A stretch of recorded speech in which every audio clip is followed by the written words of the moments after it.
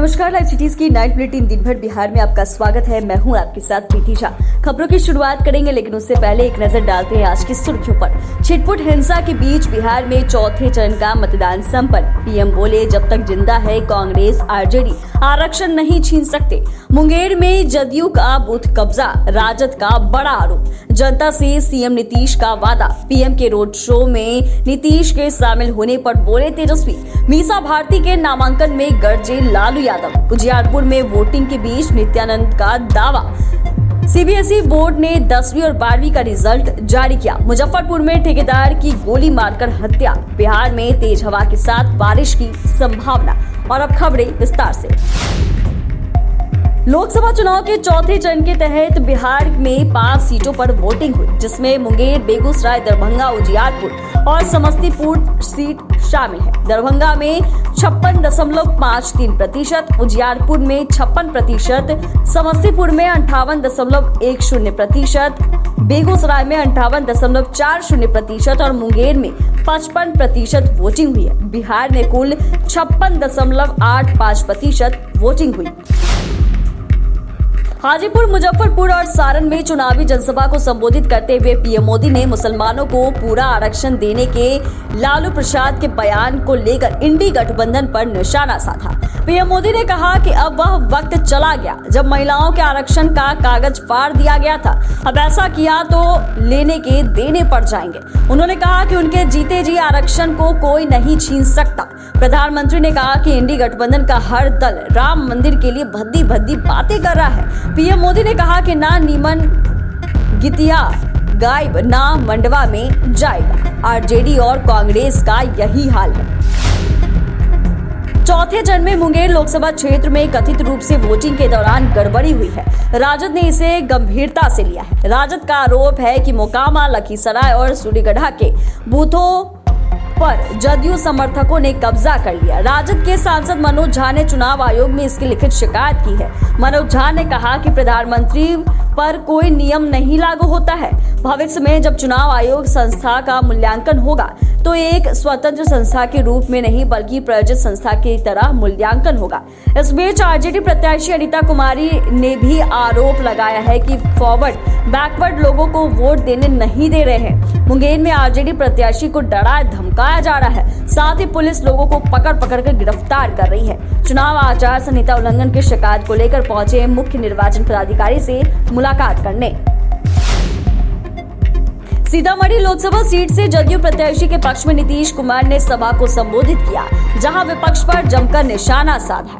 नीतीश कुमार ने जदयू प्रत्याशी देवेश चंद्र ठाकुर के पक्ष में वोट करने की अपील की है। उन्होंने सभा को संबोधित करते हुए नीतीश कुमार ने कहा कि 2 बार गलती हो गई है, अब गलती नहीं होगी।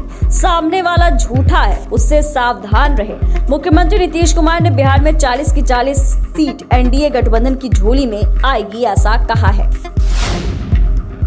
पटना में पीएम मोदी के रोड शो में मुख्यमंत्री नीतीश कुमार के शामिल होने के बाद इसको लेकर सियासत भी शुरू हो गई है। तेजस्वी ने कहा कि नीतीश कुमार की स्थिति देखकर लोग बहुत दुखी हैं।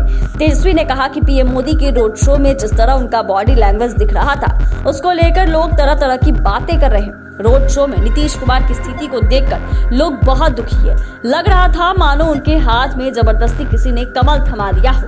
तेजस्वी ने कहा कि नरेंद्र मोदी आए तो क्या उन्होंने बताया कि वह बिहार के लिए क्या करेंगे? हाथ हिलाते हैं और टाटा बाय बाय बोलकर चले जाते हैं। महागठबंधन प्रत्याशी मीसा भारती ने पाटलिपुत्र लोकसभा क्षेत्र से अपना नामांकन किया है। मीसा भारती के नामांकन में पहुंचे लालू प्रसाद यादव ने पीएम मोदी को लेकर जोरदार हमला बोला है। लालू ने कहा कि हम भूखे प्यासे रहकर भी अपना हक लेना जानते हैं। इस देश के अंदर संविधान में अगर कुछ हुआ है तो देश की जनता पूरी तरह से गर्म हो जाएगी। भारत क्रांति की धरती है, हम लोग किसी भी हालत में संविधान को खत्म होने नहीं देंगे। वहीं लालू ने तेजस्वी की फिक्र करते हुए कहा कि तबीयत खराब होने के बाद भी वह आप लोगों के बीच पहुंच रहे हैं। हम लोग यहाँ बैठे आप सभी लोगों से अपील करते हैं कि इस बार मोदी को उखाड़ फेंकने का काम कीजिए। उजियारपुर लोकसभा सीट से तीसरी बार भाग्य आजमा रहे एनडीए प्रत्याशी नित्यानंद राय ने दावा किया है कि 4 लाख से भी वोटों से उनकी जीत तय है। नित्यानंद राय ने कहा कि पटना में पीएम मोदी के रोड शो के बाद यहाँ की जनता का और भी ज्यादा समर्थन मिल रहा है। उन्होंने कहा कि पिछली बार 2,78,000 से हमारी जीत हुई थी, इस बार 4 लाख से जीत होने जा रही है। इसके साथ ही बिहार की सभी 40 सीटों पर भी नित्यानंद ने जीत का दावा किया है। सीबीएसई बोर्ड ने कक्षा 10वीं और 12वीं का रिजल्ट जारी किया है। इस बार कक्षा 12वीं में 87.98% बच्चे पास हुए। इस साल भी लड़कियों ने लड़कों के मुकाबले बेहतर प्रदर्शन किया है। इस साल लड़कों के मुकाबले 6.4% लड़कियां अधिक पास हुई है।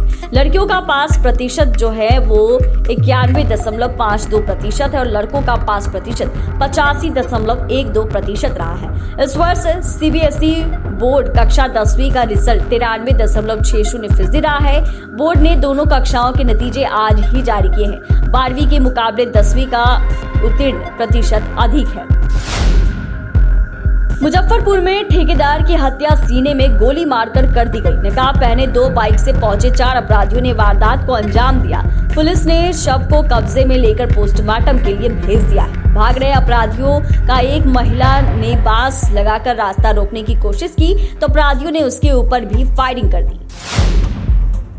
मौसम विज्ञान केंद्र पटना ने बिहार के कुछ जिलों में अलर्ट जारी किया है। मौसम विभाग के मुताबिक इन जिलों में तेज हवा और गर्जन के साथ बारिश की संभावना जताई है। पूर्वानुमान के मुताबिक 30 से 40 किलोमीटर प्रति घंटे की रफ्तार से तेज हवा चलने की संभावना व्यक्त की गई है। कुछ जिलों में ऑरेंज अलर्ट और कुछ जिलों में येलो अलर्ट जारी किया गया है। मौसम विभाग ने लोगों को सावधान रहने की अपील की है। खासकर किसानों को लेकर अलर्ट जारी किया है जो बारिश के दौरान भी खेतों में काम करते रहते हैं। चैनल को सब्सक्राइब करें, फेसबुक पेज को लाइक करें। धन्यवाद।